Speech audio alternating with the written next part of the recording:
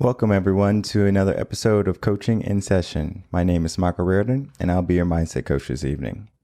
So what we're going to be talking about today is about human behavior.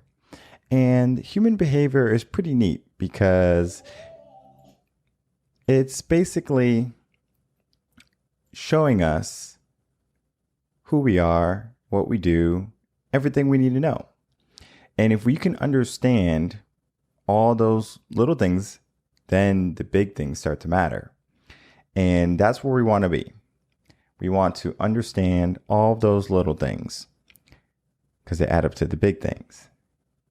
Is there a reason why you're not where you are? Most likely it's because you haven't determined what your behavior is. And before we get into that, please like, subscribe, share the video with anyone and whoever. Doesn't matter who. But share so people can learn. Because this topic that we're going to be talking today about is going to have the greatest impact on a person who doesn't understand where they stand, why their life is not exactly how they want it to be. Because people are going to say, oh, it's because of this person, or it's because of the government, or it's because of my boss or my environment. However, human behavior denotes that you are responsible after the environment has already taken its place. So if you're going to stay where you are, that's a choice. So we're going to be talking about that, and we're going to be figuring out what's going to be the best for us. We're going to be figuring out how to get out of that. So before we do that, let's get into the blog so we can take a look at that. So again, if you are new to the stream, welcome. And we want to get to the website. So we go to revenconcepts.com. We're going to enter the website. We know to go to resources. There's plenty of free things, but we're heading over to blogs today. And we want to look at human behavior. So in human behavior is the blog that we're going to be talking about today. And reading the whole article, always a great thing. Listening to the whole video series, another great thing. Now, I don't go fully in depth when I'm talking about it because the way I write and the way I talk is going to be two totally different things. So my writing is a little bit more profound. When I speak, I make it a little bit more common. So anyone can say, I understand that. And that is what the goal is, to get you to understand.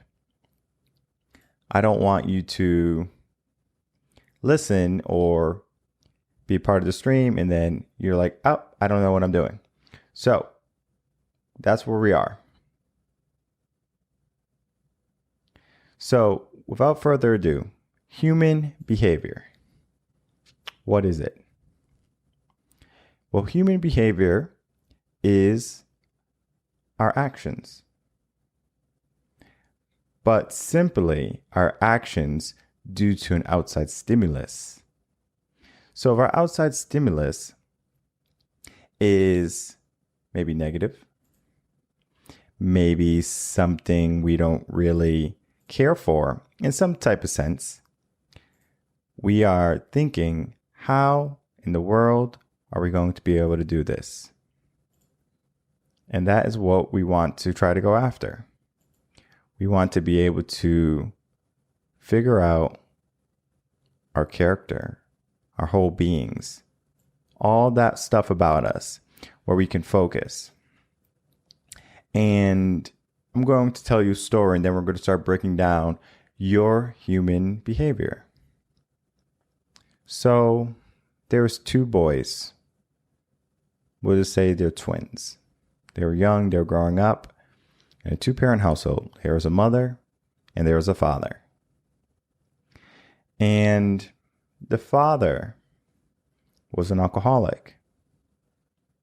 He would go to work, provide for the family, but when he would come home, he would drink. And sometimes when he drank, he would harm his wife. Whether hit, yell, verbal, some type of toxic relationship, right? Or behavior. And what had happened in that environment was the two boys saw their mother being berated, right? The two boys saw the mom get hit or the mom get yelled at for something. And no matter what she did, it wasn't good enough for the husband because the husband was an alcoholic. So he would come home upset at work or his boss and take it out on someone who wasn't able to do anything about it, his wife. So the two boys see what's happening. That's their environment, right? And we can agree that's a toxic environment, right? To see a parent harming another parent, whether it be physical or mental. That's a toxic environment. And if you don't understand why it's toxic, there's a little bit more that needs to be talked about then. Because if we have a positive household where father, mother, maybe they're both working, but they're both being positive. They're both caring, loving. They're very careful with how they speak to each other, not in the sense that they don't want to hurt someone's, each other's feelings, but not to show the children they're bringing up, they're raising, that is acceptable. So in a positive household, if a man and a woman are in a disagreement, they should have had communication that if they're in front of the child, not to have a disagreement in front of them. And say, okay, and then to talk about it later. That'll be the most positive thing. Now, in the heat of the moment, no, that's not going to happen because, of course, the feelings are going, you're angry, you're upset, and you're going to act, you're going to respond. And your kids see that. And that's what happened with these two young boys. They saw the reactions. And the father, even though he was an alcoholic, he didn't really want to change, right? There was no need for him to change. Why would he change? He's going to work, he's providing for the family, he's coming home, and he's doing what he wants. Even though he's unhappy, there's no motive to change. So if there's no motive to change, why would he? And kids see that too. So it's a process, and it's a recurring theme. I can be negative and I can yell and I can shout because I went to work. That's my right. I feel entitled because I went to work and I'm providing for this family. So I'm going to yell and I'm going to scream and I'm going to hit you. I'm going to yell at you and you're going to feel like crap. How's that positive? But the boys saw that. So the boys are in that type of environment again, and they see it constantly. So as time goes, of course, the boys grow up. Eventually, they move out of the house and they get, their own wives and their own families. One boy had a wife, was an alcoholic, and he would come home from work. He would drink. He would yell at his wife, yell at the kids, everything his father did. And when asked why he was like that, the boy responded, because I saw my father do it. That's how my father was. Because I watched my father. Then we had the second boy. And this one was a little bit different because he didn't grow up and have a marriage that was filled with anger and hate and substance abuse. He was an alcoholic. He didn't drink. He loved his wife. His wife loved him. He loved coming home. He loved going to work. He was the total opposite of his brother and his father. So, when asked, how do you turn out this way? Why are you like this? And the boy responded, because I watched my father. Two totally different people with one understanding, that if I watch my environment, my surroundings, I can take what is showing me, or I can say, what is showing me is not what I want. So I'm going to choose the alternative. And that's what the second boy did. He chose the alternative. And we have that choice too. Our behavior is to see our environment and to grow with our environment. Why do you think cancel culture is so strong, or social media trends are so frequent? Behavior, human behavior. And it has to do with fitting in, peer acceptance. If I can be accepted by my peers, I will feel validated. I will feel whole. I will be happy. Maybe. But that's not the case when it comes to our true human behavior. Because our true human behavior is we want to be happy. We want to be fed. We want to be clothed. We want to have shelter. All of our basic needs met. But then we want to feel satisfied. We want to feel whole. We want to feel like our life has some type of purpose.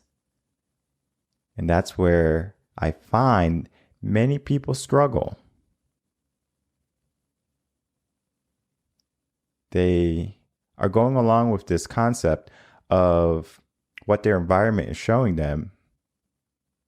And they're running along with it. And they're not thinking about what other alternatives they can take. What other paths can they travel down? Why do you think boys in the hood join gangs, sell weed, smoke, drink, don't become anything more than just a hoodlum? And I'm not saying those men are bad or women are bad. I'm just saying human behavior. They see their environment and they copy it. They mimic it. And the advice I give people, I say, if you don't like where you are, get the hell out. You don't have to stay there. But you also have to be wise enough to understand something. That if you keep going down this road, will it lead to where you want to be? And I don't think many people ask themselves this question, because if they did, they wouldn't be doing what they're doing. Let's look at online spicy content, for example. We have men and women. They'll go, when they're young, go out and promote themselves, right? Their whole body. And while they do that, they're enjoying life at the moment. They're having fun. They're making money. But somewhere down the line, at some point, they might say, I wish I never got into this. Why is that? It's because the image that they have is tarnished. Them as a person, scandalous, maybe dirty.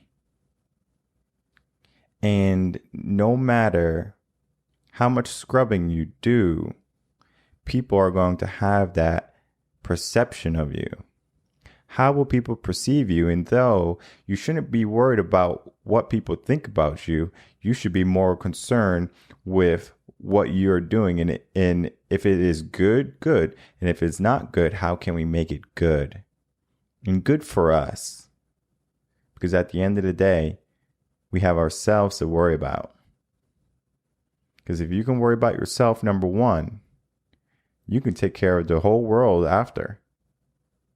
But you come first. And that's where these people are coming after a realization, saying, I didn't put myself first. I saw the money. I saw the opportunities. But I didn't see where I would be in the end. So human behavior is looking at that as a whole. We're looking at it as, okay, why does someone do this? Why does someone join OnlyFans? Why does someone go on Instagram and, have provocative pictures? It's because your self-worth, peer acceptance, human behavior. You don't go far from when you have a middle school mindset in your late teens and early adulthood ages. Up until age, I would say 25, 26. And the reason that is because it is all about peer acceptance. You want to feel proud in that what you're doing has some validity. How many people graduate college or high school and you have all of your fan club?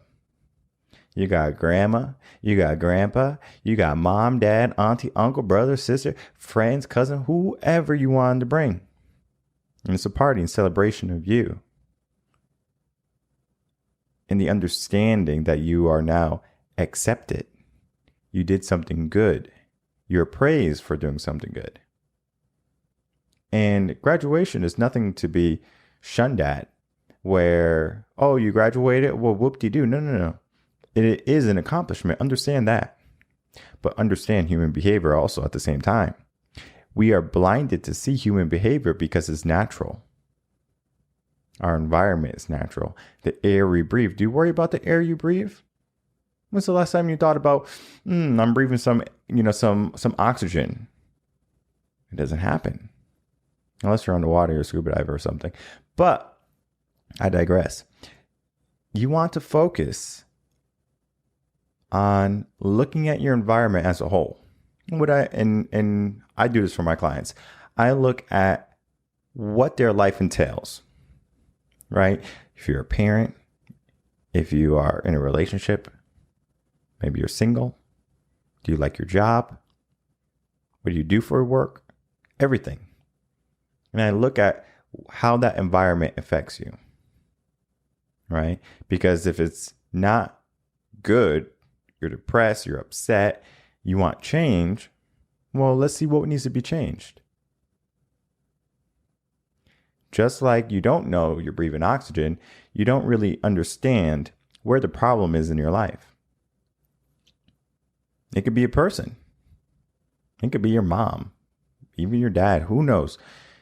It could be a person that is that negative aspect that is holding you back. That person who's being an anchor in your life and not helping you progress further into success, into accomplishment, into a life of abundance. So how can we get away from our bad environment and start to look at being able to get into behaviors and habits that are conducive for a healthy life? And the trick is to read the blog. Number one, because I give several points, but the point I'm going to give right now is to schedule your day. And I tell you this all the time. You have to have a schedule. And you have to know what your day's filled with. Because if you don't have a schedule, you are going to be prone to what the world throws at you. So you go to work. And at work, Maybe you had a bad day, right? It's okay. Understandable, right? You can have a bad day at work and life's not over. But then you come home and you have an option now. Well, what's on your schedule? What? Well, wait, I don't have a schedule. So I'm going to drink a bottle of wine and watch The Golden Girls. Nothing wrong with The Golden Girls. It's a great show to watch. I'm sure the wine's very nice. They say a glass a day is pretty healthy. So what's wrong with that scenario? Well, what's wrong with that scenario is that it's not going to promote growth. Because if you do that 7 days a week, 365 for the rest of your life, where's your empire?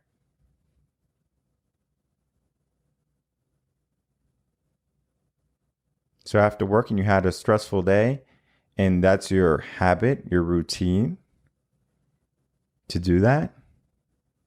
You got to start to look at how you can promote growth in your life. And when you can start to do that little bit, then you can start to change your own behaviors, your habits. And the easiest way to do that is having a schedule. And then having someone look at your schedule too, because if you just look at your schedule, you won't see the bad points. You will say, okay, well, I'm going to go on YouTube for 3 hours.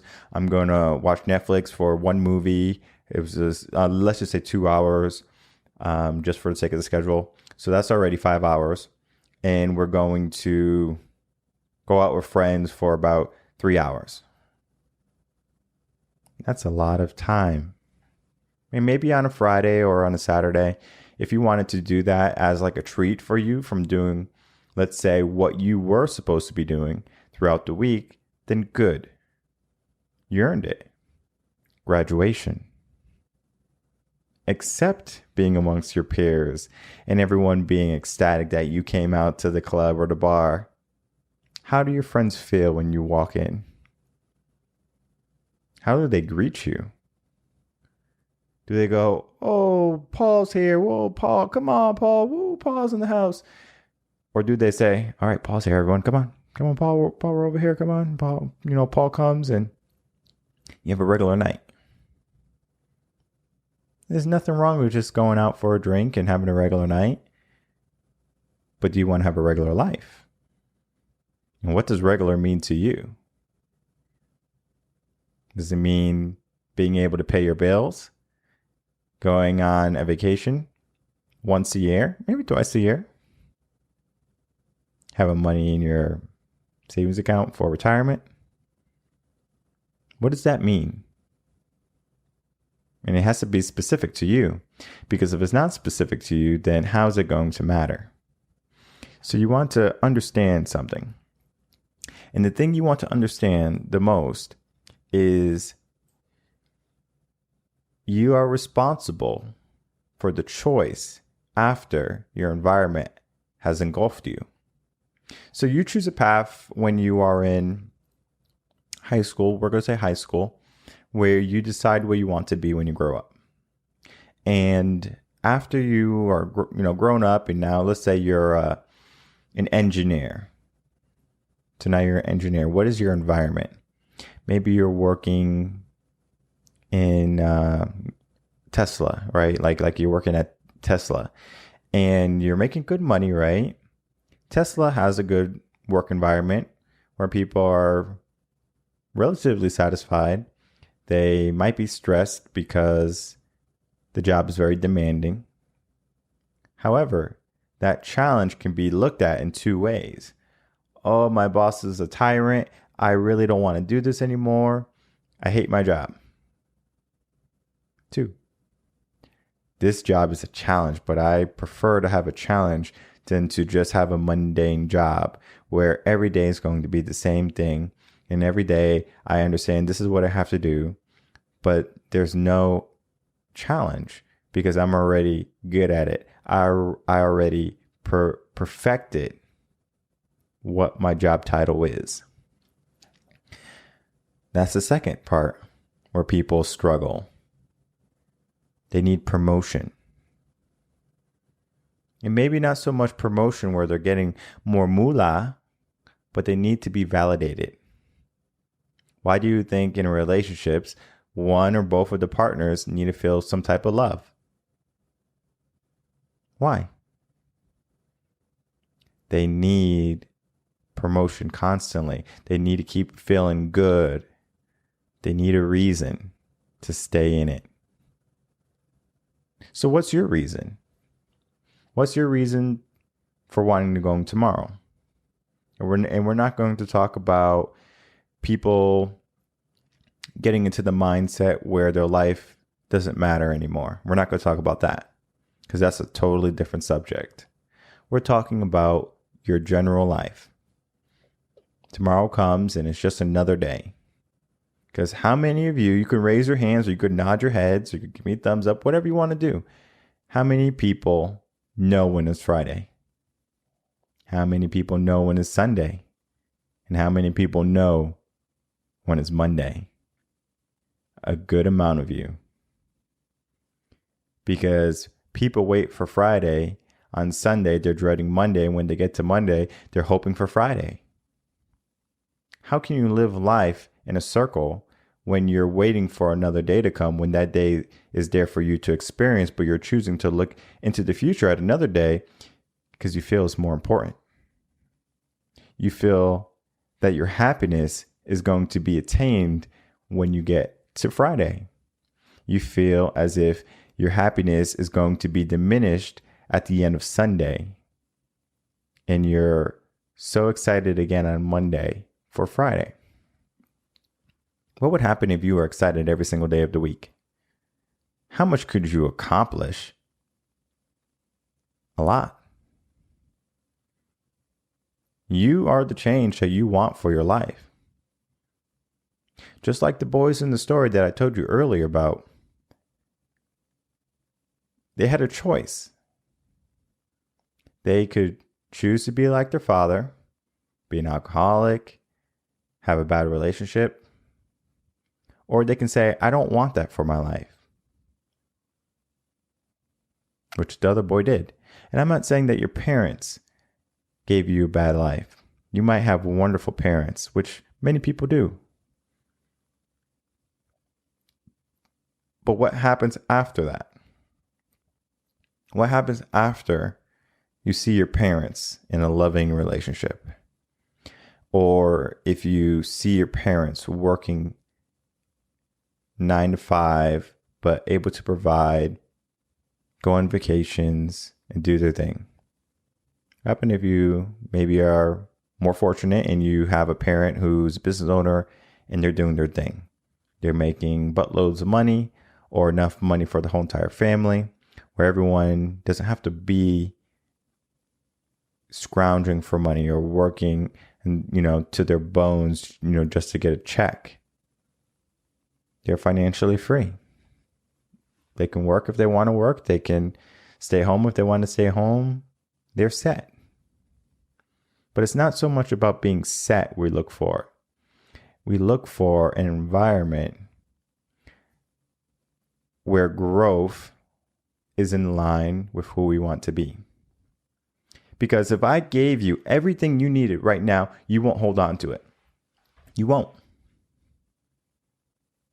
Do you want a big house? You want to say, well, whatever car you want, Lamborghini, Tesla, doesn't matter the car. I give you that. Let's say you want a relationship with someone. I give you that. You get all the things that you want, right? How long will you keep it? How long would you maintain your house? Get the paint done, the landscape. If anything is broken, fix it. Because the shine wears off pretty quick. The same thing with the car. In the beginning, oh, I love my baby. This is my baby. I'm going to wash her. You wash her every single day. You give her a vacuum every single day. Or him. You wash the car. You take care of the house. Clean the house. And sometime down the line, the house is just a regular house that you come home to. The car is just another car you get into to get to A to B. And then the last part, so we have our house, we have our car, but then we have our relationships, where we're in a relationship and it's not the same as it was, right? It's different. You're not the same person I met when I was 18, or we're not growing together, we're growing apart. Whatever you're thinking, I gave you that. A house, a car, a relationship. But you forgot to make your house a home. You forgot to make your car a means for progress to your destination. You forgot to make your relationship your pride and your joy. And there's a problem with not doing that. We learn that it's okay not to do it. So we're in a bad environment and we learn it's okay not to do anything. And I'm not picking on people, but I am going to say this. If you are on government assistance, what are you doing to get off it?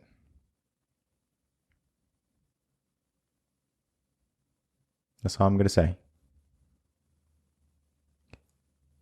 And the same is true if you're in a job and it's a dead-end job. What are you doing to get out of that dead-end job? No matter what environment you are in, you can get out of it. However, you need to apply yourself. You need to put in work. And a lot of people don't want to put in work because they're okay with the scraps they're getting in life. That's why we have our highly successful people in the world, our top 20%, who are making something out of themselves. Then we have 80% that maybe make a good living, right? Maybe some don't, right? Because this could be two spectrums. It is a far margin. However, what is stopping that 80% from wanting to be the 20%? Human behavior. Who you surround yourself with is more important than what you do. Because if you're seeing your environment, it's going to be a lot easier and more simpler. I don't know, simpler word, but is a word more simple for you to understand that this is accepted. That's why it's so important to surround yourself with people who are smarter than you, who make more money than you, who are more ambitious than you. It rubs off. Who are more healthy than you, who have higher expectations than you. It doesn't matter as long as they have good goals, they want progress, they're making progress, and you want that too. Because if you don't want it, you're not going to be in that environment. I can almost guarantee you that. You're going to find a nice little hole with a bunch of people that are either below you or at your level, and you're going to say, this is life. This is cool. I'm okay with this. And you don't have to have a six-pack and be in shape, flat belly, and go on 59 vacations every year and have $1 billion in the bank. You don't need that in order to be successful, because success is derived by what you believe success is. But do not say you're successful and play the lotto. Do not say you're successful and gamble. Do not say you're successful and you don't have a healthy household, children who are growing up to be something more than you were. Because if you're a parent, that's part of the success plan.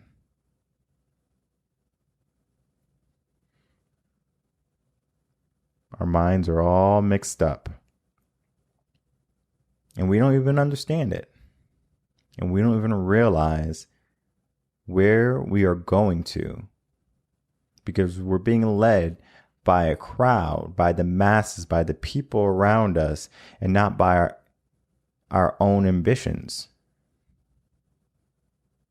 So we need to switch that around.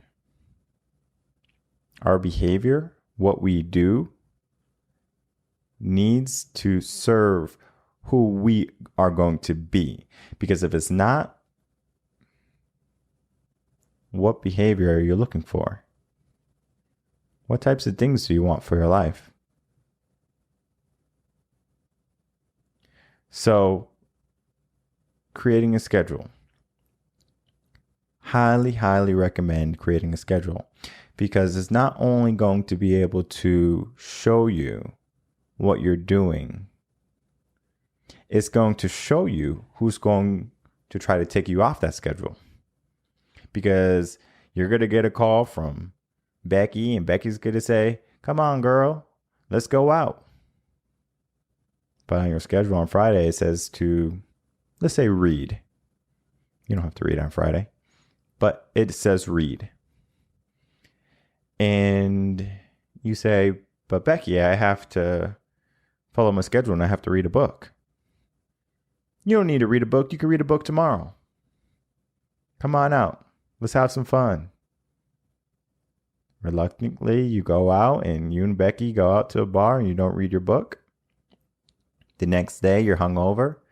You don't get anything done on your schedule. What happened? What was Becky? Becky was an anchor. Becky was a person who slowed you down. You're making progress. You're cooking. You're getting it done. And all of a sudden, stop. I want to go party. I want to go have fun. You're coming with me.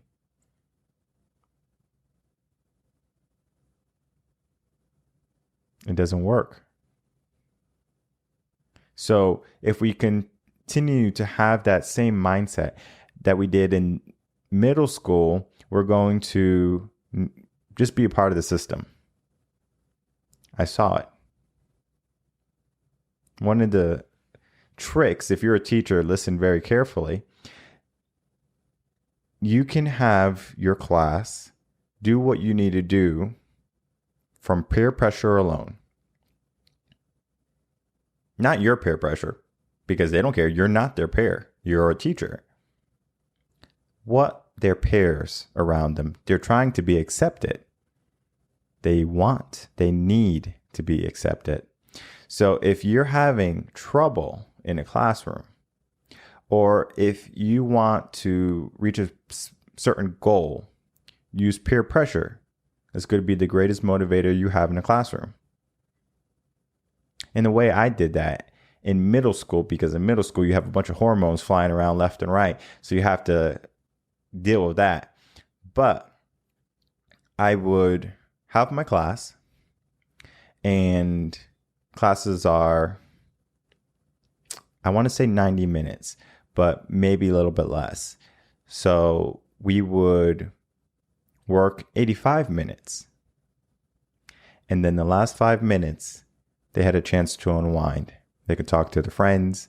They could, move around, because I'm not going to put one troublemaker next to another troublemaker, because now no one's learning. So they're separated, but they're magnets, right? They need to be together. So in that 5 minutes, they have that opportunity to come together. And they appreciate that. Not so much, it's only 5 minutes, but the opportunity to be amongst their peers uninvited. To a certain point, right? If they got too loud, of course, I'm going to say, hey, stop that. But to a certain point. And how I applied it was, I put 3 lines on the board. I explained to them what the lines meant. And if we got all the lines erased, guess what? No free time at the end. So class begins, and we're 20 minutes in, and their attention span is, and their hormones are like, oop, oop, oop, this, that, and this. And they have to talk to their friend, or they have to look at the phone, whatever they're going through. I understand. But at the same time, They're not going to interfere with the learning. They're not going to disrupt the classroom. We're teaching, we're working, we're getting the job done. But someone in the classroom is talking. Maybe they're not paying attention, trying to be a class clown, whatever it be. I go over to the board, I erase a line, and I don't stop teaching. I'm teaching. I have an agenda. I have a mission. And we're going to keep on teaching. Or I'm going to keep on teaching. They're going to keep on learning. So when I erase the line, I don't know if I have to tell you who. Who is the person? Every one of those students know. Every single one looks at that person and they go, "What are you doing?" They might say, let's say Kevin. "Kevin, stop it. It's not funny." Right? Now Kevin's like, "What? Okay." And it has some type of negative effect too on the child who's being bad because they want to be accepted and they're not being accepted. After that little snippet of the students disciplining the kid, not me yelling at him saying, "Kevin, stop it. Go to the principal, get out of the classroom like you're disrupt." That's more disruptive than the class saying, "Kevin, stop it. I want, at the end of class, I want to be able to talk for 5 minutes." That 5 minutes is gold to them because they don't get it anywhere else. Maybe at lunch and stuff like that. But in a classroom setting, no, it doesn't happen. So new, and they want it because they want to be amongst their peers, being able to socialize. And once the peer acceptance starts to break down, you start to learn. They start to learn. And it doesn't work in every classroom because you might have kids that don't like each other, or a kid who's just so far an outcast where they don't care if the whole class doesn't like them. So you modify what you do. You just modify it. And it could be the 3-strike rule, kind of what I told you, or there's multiple other ways that you can go about that. You don't need to have 5 minutes at the end. You can just make learning fun too. How you do that is up to you, right? It should be very close in line to your personality and what you feel comfortable with and your type of training. So that's human behavior in the classroom setting. So they want to be accepted and get their 5 minutes. How about the workplace? So you want to go to work, you sit at your desk, your cubicle, or wherever your spot, and you work and you work and you work. You get lunch. Maybe you go out with coworkers. There you're just maybe, talking about whatever, right?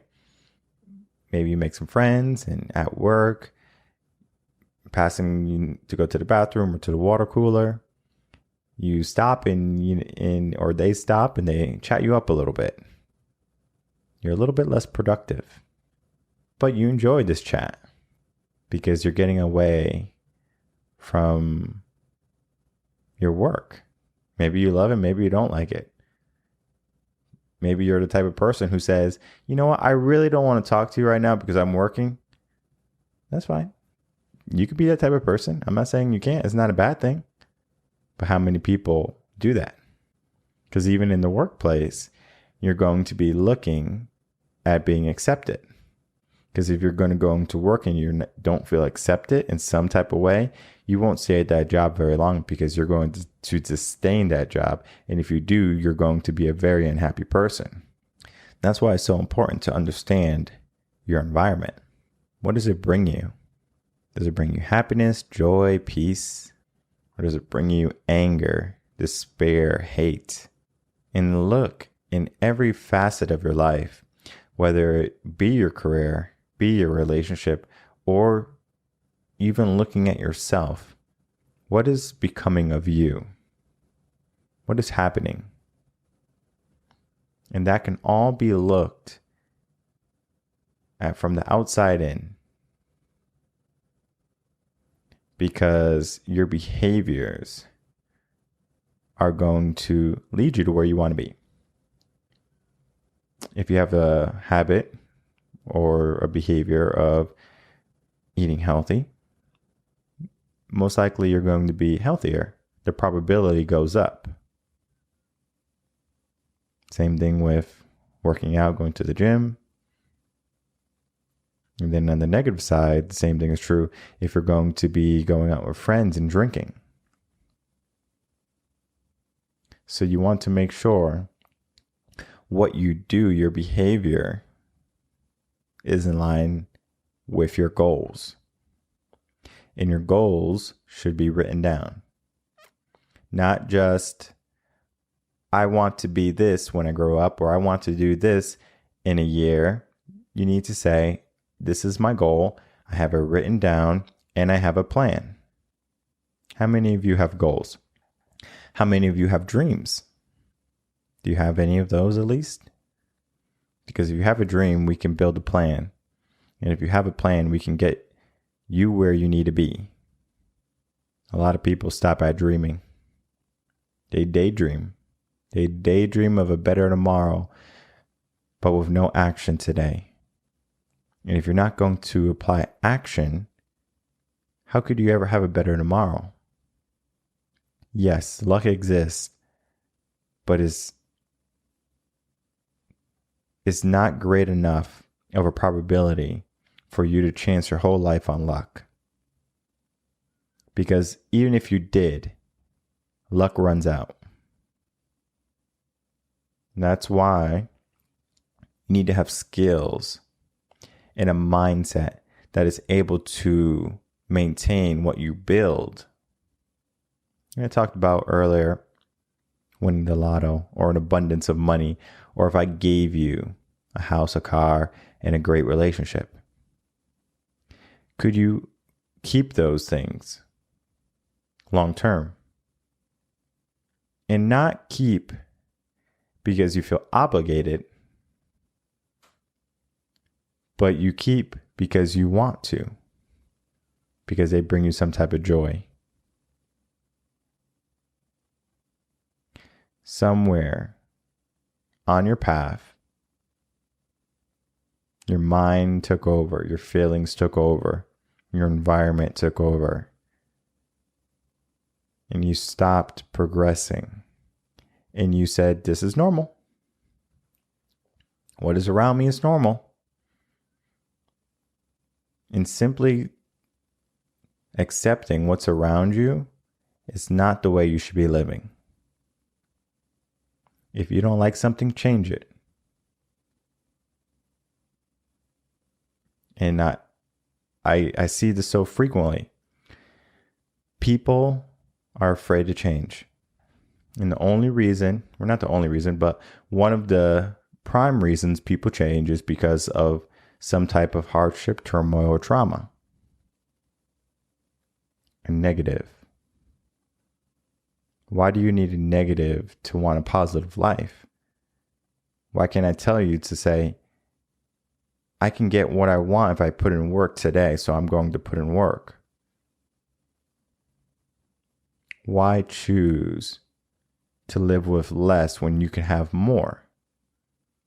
And don't even give me that BS saying, well, I'm a monk and I'm a minimalist. And no, you're not. You have a dream, you have a goal. What is it? Be very true. Be very truthful in what you say. And you might have an okay life. Your life might be okay. You have a good relationship. You have a good job, right? You're making good money. You're not worried about a car, of course. When you go on vacations, you're not worried about that. But there's aspects of your life that when they happen, it's detrimental to who you are. Whether it be, my partner did this to me, my job did this to me, this person did this to me, I'm upset. Why are people so dumb, etc., right? You can make any excuse you want for your temporary unhappiness or displeasure, because we need some of that too. It's like the yin and yang, the good and the bad. We need problems in our life. That is how we remain human. Because if we didn't have any problems, we wouldn't seek growth. Similar to why you feel hungry. Your belly rumbles. Up, I have a problem. What is the solution? The solution is I'm going to go get food. Okay. That's an easy one. Everyone typically gets that one, right? I'm thirsty. I'm thirsty. Well, what can I do? I'm going to get something to drink. Now, this is where people drink soda. They're not necessarily wrong. It's a liquid. But it's also sugar. If you're thirsty, you feel thirsty, drink some water. Something that's going to hydrate you better than the soda, a sugar drink. I'm not saying you can't have a sugar drink, but if you're thirsty, dehydrated, right? What are you drinking? Water, typically, right? Great. Okay. So we know that too. Maybe you're in a relationship and let's say they're upset with you. Okay, well, what does the person like? They like flowers and chocolate, so I'm gonna bring them flowers and chocolate. Give them flowers and chocolate, and boom, they're happy. That was easy. But that's a problem, because all of those things are fixes. They're problems, but they're solutions. And the same thing is if you're broke. I'm broke. What do I do?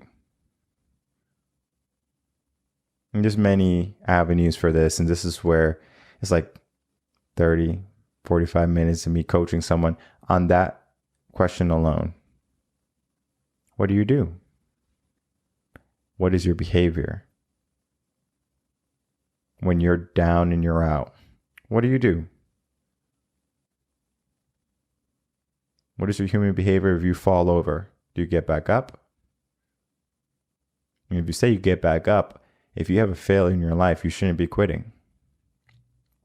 If you fail at, let's say, getting a job or a test, how does that make you feel? No, I'm stupid. I can't do this. This wasn't meant for me. I'm going to quit. Because how many dropouts do we have in college? A good number, right? I think over the years we have gone down in our college dropouts, our high school dropouts. Maybe it's still high. I would have to do some more research on that, definitely. How about our relationships? In the toilet, right? More people are choosing to not be in relationships than they are choosing to be in relationships. Why is that? It's a problem. If I'm not in a relationship, I don't have to deal with that problem. Human behavior. Cancel culture. Your environment. What the world shows you is what you see, and then what you see is going to depict how you're going to operate. So if you want to operate under the premise of what someone told you, great. If you want to operate under the premise of someone told me this knowledge, I'm going to check to see if it's valid, and if it is valid, I'm going to apply it in my life. Great. Or you can be third person. I'm not going to look at my environment. I'm going to look inward, and I'm going to determine what I want and what I need. So depending on where you are, it's a different answer. But your answer, there's consequences to it. And the consequences can be good. consequences. If I go to the gym, I'm going to get in shape. Great consequence. I like that consequence. I'm going to go to the gym. If I eat this salad instead of that McDonald's hamburger, the consequence is I'm going to get in shape. I like being in shape. I like being healthy. Look at your consequences. What does it bring you? Human behavior. We see around people doing all these things, and then we say, oh, this person's doing that. I'm going to do that too. So you have to dare greatly when it comes to being able to look at your environment and saying, I like it, I'm just going to stay here, or I don't like my environment, I want to change. And if you want to change, start to change. You don't have to stay where you don't like to be. You're not stuck yet. This is not the end of the road yet. If you're listening to this, this is not the end of the road. You could be at rock bottom. You could have lost it all. And I'm telling you, you can get back up. It's a choice. Surround yourself with people who are where you want to be. And simply understanding that you can start to make progress again. You can start to say, all right, this was a hurdle. I hit rock bottom.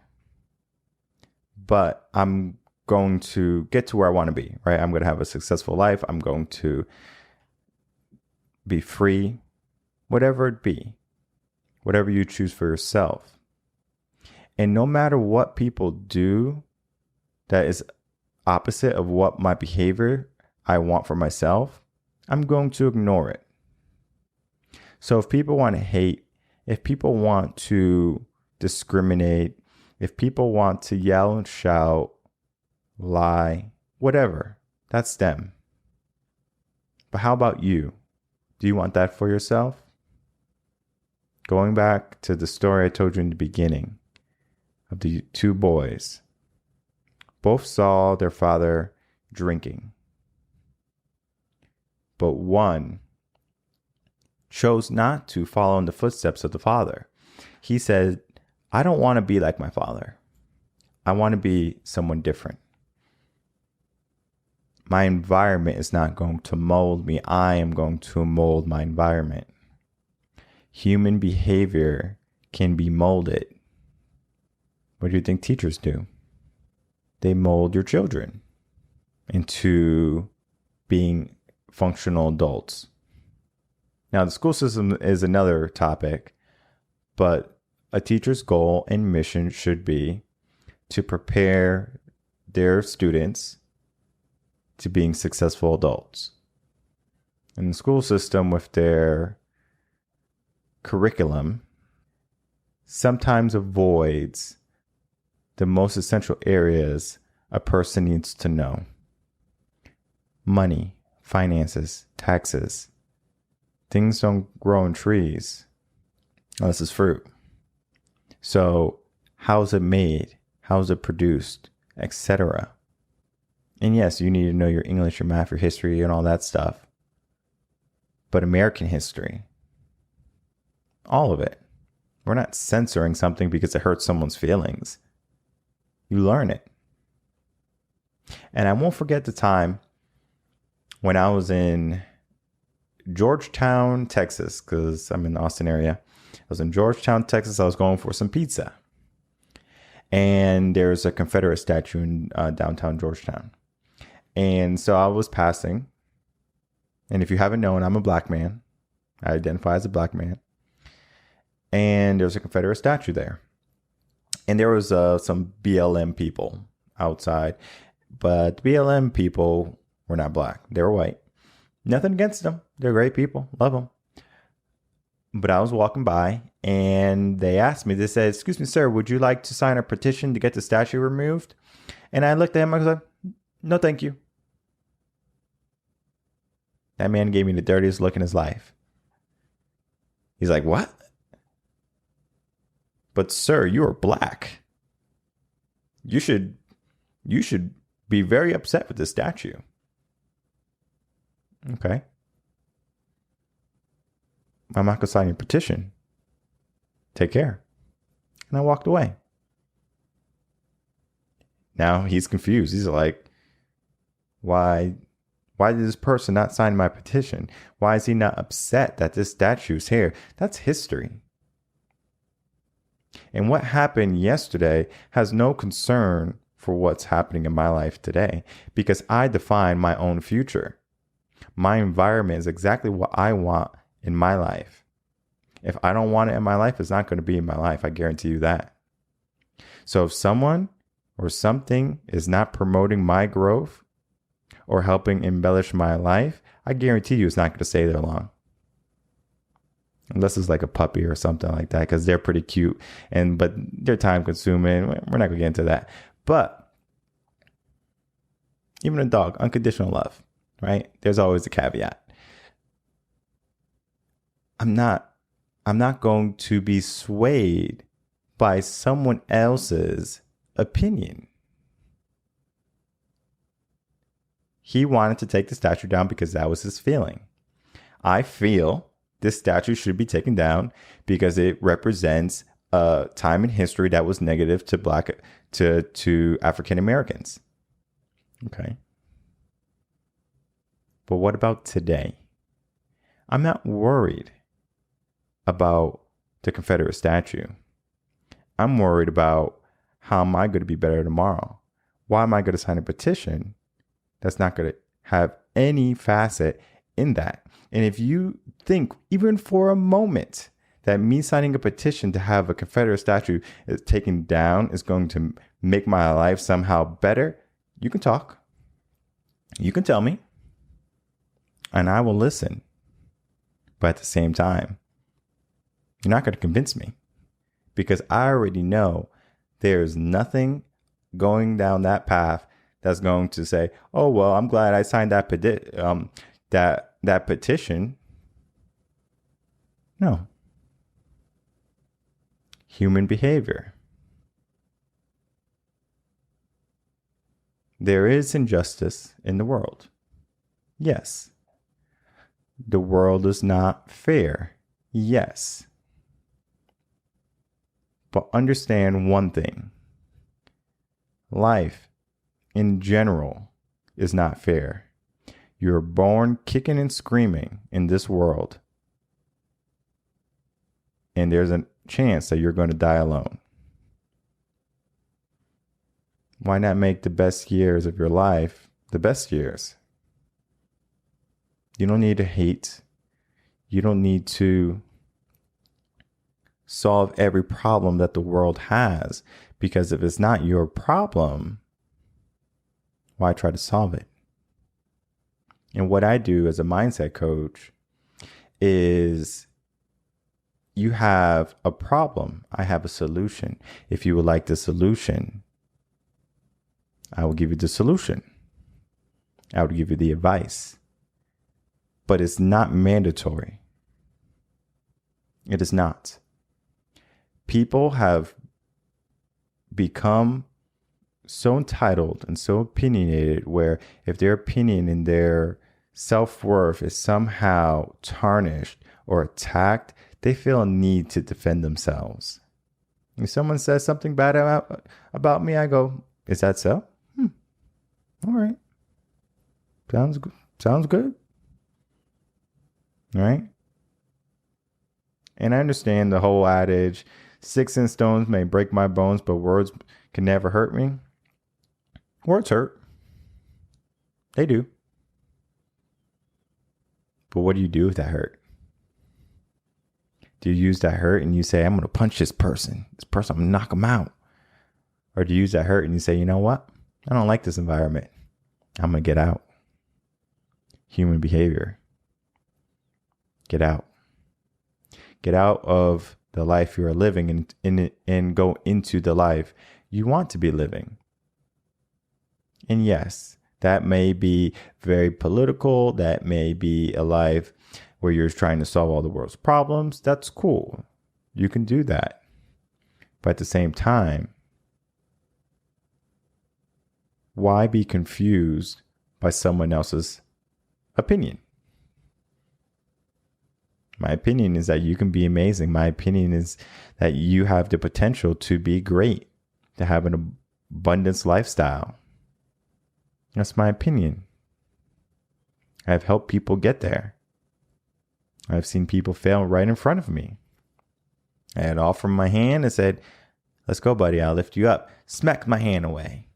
I don't need your help. Okay. Is that so?